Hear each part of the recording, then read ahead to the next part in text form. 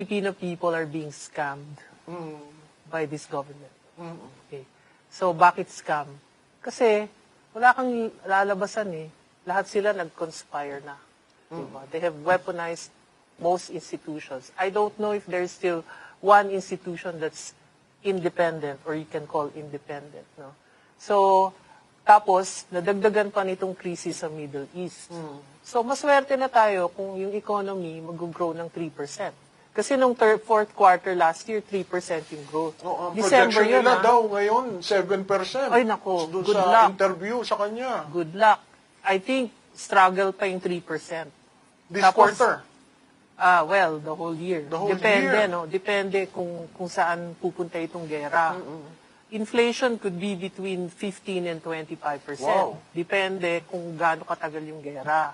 Kasi kung ang diesel at saka gasolina already went up by more than 60 to 120%, di ba may trickle-down effect yan eh.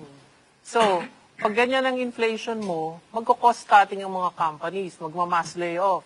So currently, your unemployment is 5.8% or 3 million Filipinos, almost 3 million So Filipinos. that will shoot up.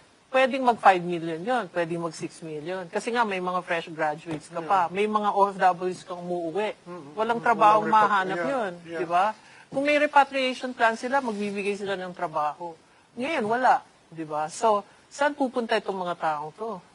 Yung savings sila mauubos. Actually, sa dami ng baha na dinaanan ng Pilipino, babaha pa ulit ngayon, walang flood control, yung savings mo talaga mauubos. What do you think of a stimulus package? Saan manggagaling yung stimulus? Mangungutang sila? Kasi budget deficit pa tayo. Laki-laki pa ng deficit eh.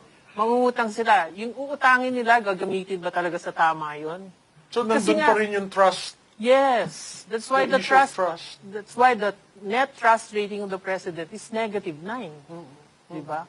Kasi saan gagamitin yung pera? Nakakasiguro ba tayo na yung perang uutangin nila, like ngayon sa World Bank, gagamitin sa tama? Yung Maharlika Fund, saan napunta yung pera? Di ba dapat sa infrastructure yan? Anong nilaunch ni Presidente? Anong klaseng, di ba footbridge? Oh, so, So give me a positive ring on wala. wala kang makitang positive. Wala. To the economy, if we start shaking the banks, Siyempre, mawawala yung tiwala sa mga bangko. Di ba? Pwede kang magka-bank run. Kasi siyempre, kunwari, ikaw yung bangko sa Bank ABC, nag-reveal ka, yung mga depositors mo maglalabas ng pera. Kasi wala silang tiwala. Baka mabigay nila yung details ko to anyone.